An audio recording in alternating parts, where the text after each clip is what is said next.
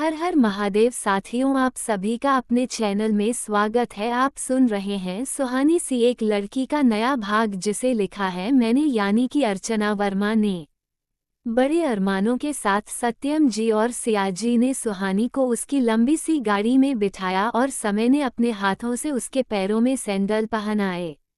समय के हाथों से सैंडल पहनते हुए तो सुहानी के दिमाग में बस एक ख्याल आया था। ना जाने वह अपने कितने सैंडल फेंककर समय को मारने के चक्कर में तोड़ चुकी थी, और ना जाने उसके कितने हाई हील के सैंडल समय के गुस्से का निशाना बन चुके थे। देख सुहानी, बड़े अरमानों के साथ यह अंतिम सैंडल तेरे पैरों में पहना रहा हूँ, लेकिन इस वक्त मेरी इज्जत का कचरा मत करना। समय ने उसके चेहरे को देखकर उसके दिल में जज्बात को समझ लिया था। सुहानी रोते रोते मुस्कुरा दी, तो ढंग से पहना, वरना इस वक्त तुझे मेरे हाथों से कोई नहीं बचा पाएगा। समय ने बेहद नाजुकता के साथ सुहानी के पैरों को पहले अपने दिमाग से पूछे और उसके बाद सैंडल पहनाकर खड़ा हुआ। उसने सुहानी के सर पर हाथ रखा। हमेशा खुश रखना, अगर कुछ समझ में ना आए तो पूछ लेना। तेरे लिए मेरा फ़ोन ऑलरेडी ओपन रहेगा। कार का दरवाजा बंद कर रहा हूँ, लेकिन घर का दिल का दरवाजा हमेशा तेरे लिए खुला रहेगा। भारी मन के साथ कहते हुए समय ने सुहानी के कार का दरवाजा बंद किया और आदर्श जी के सामने हाथ जोड़ दिए। सबसे मिलकर आदर्श गाड़ी में बैठ चुका था।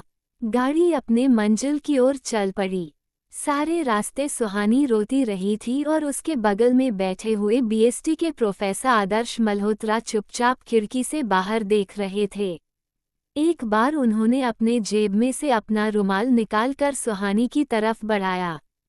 सुहानी ने धीरे से सफ़ेद रुमाल को देखा, लेकिन हाथ बड़ा कर लिया नहीं। आदर्श ने अपने कंधे उसका दिए और चुपचाप वापस अपनी जेब में डाल लिया।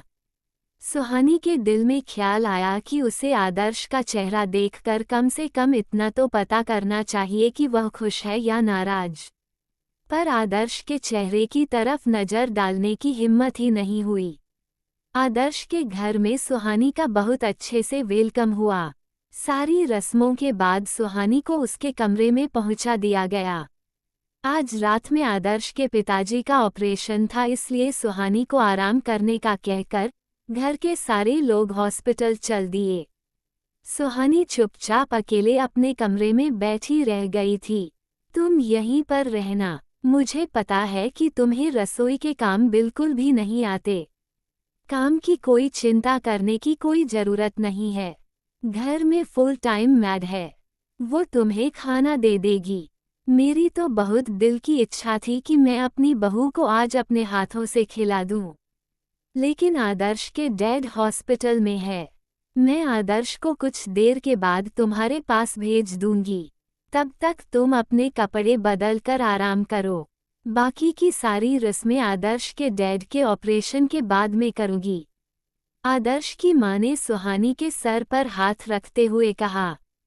सुहानी ने समझते हुए हाँ सर हिला दिया। दिन भर हो रही रस्मों से सुहानी इतना थक गई थी कि रात के 9 बजे सुहानी को बहुत अच्छी नींद आ गई थी। वह चुपचाप आदर्श से कमरे में लंबे चौड़े बेड पर आराम से सो रही थी। ना जाने कि रात के कितने बजे आदर्श आया, उसे उसकी खबर भी नहीं हुई। सुबह जब सुहानी की नींद खुली तो उसने आंखें खोलकर अपने आसपास का जायजा लिया। हे भगवान, यह मैं कहाँ आ गई हूँ?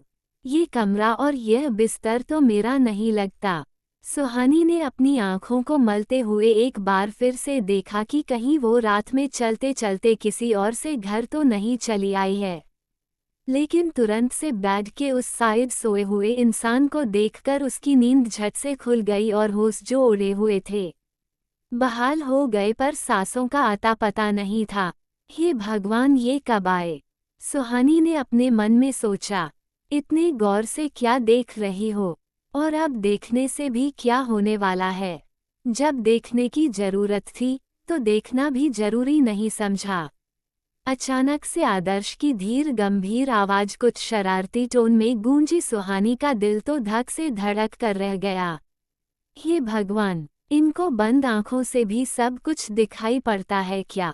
इस बात के दिमाग में आते ही सुहानी की आंखों के आगे कुछ और साया सा लहराने लगा।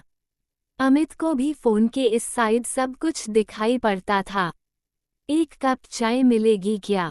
आदर्श ने करवट बदलते हुए सुहानी से कहा। सुहानी ने आंखें बड़ी करके आदर्श की तरफ देखा। शायद दुनिया का पहला दूल्हा था जिसने शादी की पहली सुबह ही अपनी बीवी से चाय की फरमाइश की थी। ना कोई बात और ना ही विचार, सीधे सीधे चाय की फरमाइश। सुहानी सोच में पड़ गई थी। अब यह मत कहना कि तुम्हें चाय बनाना नहीं आता। जहाँ तक मुझे पता है कि तुमने पिछले 3 महीनों में 4 तरह से चाय बनाना सीखा है। तुम्हें जो फॉर्मूला आसान लगता हो उसी फॉर्मूले से बनाकर लेकर आओ। इसे अपना टेस्ट ही समझ लो, देखो मैं कि तुम क्या क्या कर सकती हो। कल डैड के ऑपरेशन में 1 बजे बज गया और उसके बाद अभी सुबह 4 बजे उन्हें हल्का सा होश आया है तो घर आया हूँ। अब मेरी हिम्मत आंख खोलने की नहीं हो रही। तुम चाय ले आओ तो मुझे कुछ फ्रेश फील हो। सुहानी को ऑर्डर सुनाकर आदर्श ने अपनी आंखें बंद कर ली थी। मरता क्या न करता, अपने प्रोफेसर को ना कहने की हिम्मत सुहानी के अंदर नहीं थी। अब तो वह उसके पति भी बन चुके थे। चुपचाप एक आदर्श भारतीय नारी की तरह सुहानी कमरे से बाहर निकली। इतने बड़े घर में सुहानी को तो समझ में भी नहीं आ रहा था कि वह किधर जाए। उसका कमरा पहले फ्लोर पर था, किचन जरूर नीचे होगा, इसलिए सुहानी ने नीचे की राह ले ली। किचन खोजने में ज़्यादा मशक्कत नहीं करनी क्योंकि किचन ओपन था। हॉल से किचन दिखाई पड़ गया। खूबसूरत इंडो वेस्टर्न स्टाइल में बनाया हुआ किचन साफ साफ अपनी कीमत का अंदाजा दे रहा था। पर यहाँ पर तो कीमत सुहानी के हुनर की थी। वो अब सोचने लगी चाय कैसे बनाया जाए। कल रात मम्मी जी ने कहा था कि उन्हें पता है कि मुझे किचन का काम करना नहीं आता। तो फिर प्रोफेसर को किसने बताया कि मैंने इन 3 महीनों में 4 तरह से चाय बनाना सीखा है। सुहानी जबरदस्त सोच में पड़ गई थी। अपने अंदाज में उसने अमित से ये बात कही थी और उसके बाद समय को भी बताया था। पर जाहिर सी बात थी कि दोनों जगह उसने अपनी नाकामी छुपाने के लिए कहा था कि उसने चाय बनाना सीख लिया है, वरना चाय बनाना तो अभी भी उसको नहीं आता था। पर यहाँ तो प्रोफेसर साहब ने सीधे सीधे टेस्ट के लिए कह दिया था। सुहानी की हालत उस बच्चे के जैसे हुई थी जिसे स्कूल में आने के बाद पता चलता है कि आज मैथ का टेस्ट है। अब सुहानी को गुस्सा आ रहा था। किसने आखिर प्रोफेसर को बताया कि मैंने चाय बनाना सीखा है? अमित बेचारा यहाँ पर था नहीं, तो जरूर यह समय का ही काम होगा। समय के बच्चे, भगवान का शुक्र था कि समय इस वक्त उसके सामने नहीं था, वरना ये सस्पेन उठाकर सुहानी सीधे उसके सर पर चला दी रहती।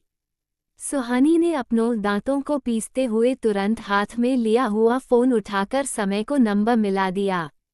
बेटी की विदाई करने के बाद सारे घर परिवार वाले निश्चिंत हो जाते हैं।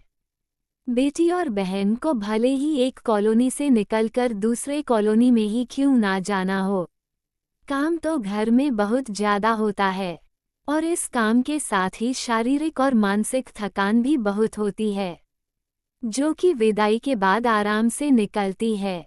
उसी तरह से समय भी इस महान काम को अंजाम देकर अपने कमरे में चैन और सुकून से सोया हुआ था। इस समय मुश्किल से सुबह के 5 बजे बज रहे थे। लगातार बजती हुई बेल से समय की नींद खुली। उसने नींद में ही अपना मोबाइल खोजा और फोन उठाकर कानों से लगा लिया।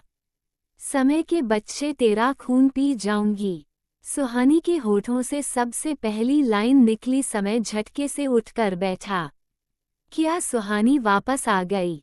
तेरे ससुराल वाले तुझे 1 घंटे से ज़्यादा नहीं झेल सकते। इस समय मुश्किल से सुबह के 5 बजे बज रहे थे। लगातार बजती हुई बेल से समय की नींद खुली। उसने नींद में ही अपना मोबाइल खोजा और फोन उठाकर कानों से लगा लिया। समय के बच्चे तेरा खून पी जाऊंगी। सुहानी के होठों से सबसे पहली लाइन निकली। समय झटके से उठकर बैठा। क्या सुहानी वापस आ गई? समय के दिमाग में सबसे पहला ख्याल यही आया था। रात को गेट पर ताला उसने लगवाया था और उसके बाद घर के दरवाजे की चाबी भी उसके पास की जरूरी। सुहानी की बच्ची ने आते ही आते समय को दरवाजा खोलने के लिए जगाया होगा।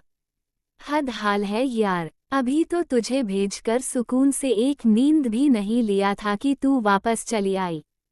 क्या तेरे ससुराल वाले तुझे 1 घंटे से ज्यादा नहीं झेल सकते? समय ने सुहानी को छेड़ते हुए पूछा। समय के बच्चे, मैं अच्छी तरह से उसी समय समझ रही थी कि तू केवल घड़ियाल के आंसू बहा रहा है। मगरमच्छ कहीं का, तू मुझे भेजकर चैन और सुकून की एक नींद लेना चाहता है। अगर मैंने तेरी पूरी जिंदगी की नींद हराम नहीं कर दी तो मेरा भी नाम सुहानी मल्होत्रा नहीं। तेरा ये सपना तो ये जन्म में किसी भी हाल में, किसी भी कीमत में सच होने वाला नहीं है। अभी तक तो मैं वापस नहीं आई, लेकिन मुझे लगता है कि मुझे तुरंत वहां पहुंच जाना चाहिए और अगर तूने जल्दी से अपनी आंखें नहीं खोली ना, तो पक्का मैं फ़ोन में इधर से घुसकर उधर निकल जाऊंगी और उसके बाद मेरे हाथों तुझे कोई नहीं बचा सकेगा। सुहानी दांत पीसते हुए बोली। उसने जानबूझकर अपनी आवाज़ अभी धीमी ही रखी थी क्योंकि सुबह सुबह का समय हो रहा था और अभी तक घर में कोई था नहीं, इसलिए पूरी तरह से सन्नाटा था। ओह, तो तू अभी तक आई नहीं है? उधर ही है। चल बोल, किस लिए फ़ोन किया था? कोई चाबी वाबी छूट गई है क्या, या फिर तुझे मिल नहीं रही है? समय ने धीरे से अपनी आंखें खोलते हुए पूछा। चाबी? किस चीज की चाबी? सुहानी उलझ गई। मतलब तेरे अलमारी की चाबी, तेरे सूटकेस की चाबी वगैरह पूछ रहा हूँ। वो सब तो मैंने तुझे तेरे हाथ में पकड़ाया था। अपने पास पलट पलट कर देख ले, सारी चाबी और उसकी डुप्लीकेट चाबी भी मैंने तुझे दी थी और तूने मेरे सामने ही अपने पर्स में रखी थी, उसके सेकंड वाले चेन में। समय ने डिटेल से बताते हुए कहा। अच्छा, वह मैं देख लेती हूँ। सुहानी ने कहा। देख लेती हूँ नहीं, देख ले। तेरे सूटकेस में तेरे सारे कपड़े गहने रखे हुए हैं। मॉम ने हर सेट के साथ उसकी मैचिंग भी लगा कर रखी है। तुझे नहाकर तैयार होने में ज़्यादा टाइम नहीं लगेगा। चल, टीवी सीरियल की अच्छी बहू की तरह सुबह सुबह नहा धोकर तैयार हो जा, इसके पहले कि तेरी सास गालियों से तेरा स्वागत करें। समय ने कहा। हाल है इस लड़के का। सुहानी को जब समय की बात समझ में आई तो उसने अपना सर पकड़ लिया। मैं तुझसे अपने बैग की चाबी नहीं पूछ रही, और मेरी सास मेरा क्या स्वागत करेगी? वह तो खुद कल रात से ही घर से गायब हैं। इस समय मैं दूसरे मुश्किल में पड़ी हुई हूँ, प्लीज़ भाई मेरी हेल्प करो ना। सुहानी ने मुंह बनाते हुए कहा। किस मुसीबत में पड़ गई है तू? समय की नींद मुसीबत का नाम सुनते ही झटके से खुद गई थी। देख सुहानी, किसी से भी डरने की जरूरत नहीं है। अगर तुझे किसी ने कुछ कहा है तो भी चुपचाप सुनने की भी जरूरत नहीं है। तू मेरी बहन है, समय मल्होत्रा की बहन। अगर तुझे कोई एक सुनाता है तो तू उसे 4 सुना देना। संस्कारी और लाचार बहू की तरह चुपचाप सुनने की कोई जरूरत नहीं है, बल्कि इतने अच्छे से सुना देना कि उनके सारे संस्कार हवा हो जाए और तुरंत वो लोग लाचार की कंडीशन में पहुंच जाएं। ओ मेरे प्यारे संस्कारी कलयुगी भाई, तुम ना अपनी बहन का घर बसने से पहले ही उजाड़ देना। सुहानी ने मुंह बनाते हुए कहा। मतलब? समय समझ नहीं पाया था। मतलब ये कि मैं किसी को सुनाऊं तो क्या वह मेरी इज्जत बाकी रखेगा? इसलिए अच्छा है कि अभी मैं चुप रहूं। सुहानी ने अपनी बेमिसाल अक्ल का परिचय देते हुए कहा। बात में तो तेरी दम है, वैसे भी तुझे बोलने की जरूरत क्या है? तेरा ये भाई अभी जिंदा है। पहले तू मुझसे ये बता कि तुझे किसने क्या कहा है। मैं अभी तेरे पास पहुंचता हूँ। जरूरत पड़ेगी तो अपने साथ पुलिस लेकर भी आऊंगा। हर एक को देख लूंगा। समय अपने बेड पर ही उठकर खड़ा हो गया था और इधर फोन पर सुहानी समझ चुकी थी कि इस समय का क्या रिएक्शन था। समय उसे चने के झाड़ पर चढ़ाकर उसके मजे ले रहा था। ओहो प्यारे भाई, आज तुम्हें याद आया है कि तुम्हारी एक बहन भी है। मैं अच्छी तरह से तुम्हारे एक एक नस से वाकिफ हूँ। ज्यादा मजे मत लो मेरे, वरना मैं तुम्हारी अच्छी हालत बना दूंगी। सुहानी ने वार्निंग देते हुए कहा। अरे नहीं, मैं मजाक नहीं कर रहा बल्कि सही कह रहा हूँ। समय ने किसी तरह से अपनी हंसी अपने होठों में दबाई थी। बड़ा आया सही बोलने वाले। ऐसे तो दिन भर मेरे को मारते रहते हो, लेकिन मेरे लिए लड़ने के लिए भी हमेशा तैयार रहते हो। सुहानी अपना सर हिलाते हुए बोली। हाँ, तेरी मेरी और कोई अलग बात है, लेकिन अगर कोई तुझे बोलेगा तो भला मैं तुझे छोड़ दूंगा क्या? समय शांति से वापस बेड पर बैठते हुए बोला। मुझे चाय बनानी है। कुछ देर की शांति के बाद आखिर सुहानी ने मेन बात बता दी। चाय बनानी है तो इसमें कौन सा एवरेस्ट पहाड़ चढ़ना है या फिर दशरथ मांझी की तरह पहाड़ तोड़कर रास्ता बनाना है? सिर्फ चाय ही तो बनानी है, बना ले। समय आराम से बोला। पर कोई सुहानी से पूछता है, शायद एवरेस्ट चढ़ना आसान था, दशरथ मांझी की तरह पहाड़ तोड़कर रास्ता बनाना भी आसान था, लेकिन चाय बनाना इन सबसे मुश्किल, और उसमें भी सबसे मुश्किल इस समय को मनाकर उसकी रेसिपी पूछना था। आपके कमेंट मेरे लिखने का हौसला है, इसलिए प्लीज़ वीडियो को लाइक और चैनल को सब्सक्राइब करने के साथ साथ 2 बोल कमेंट की जरूर करें।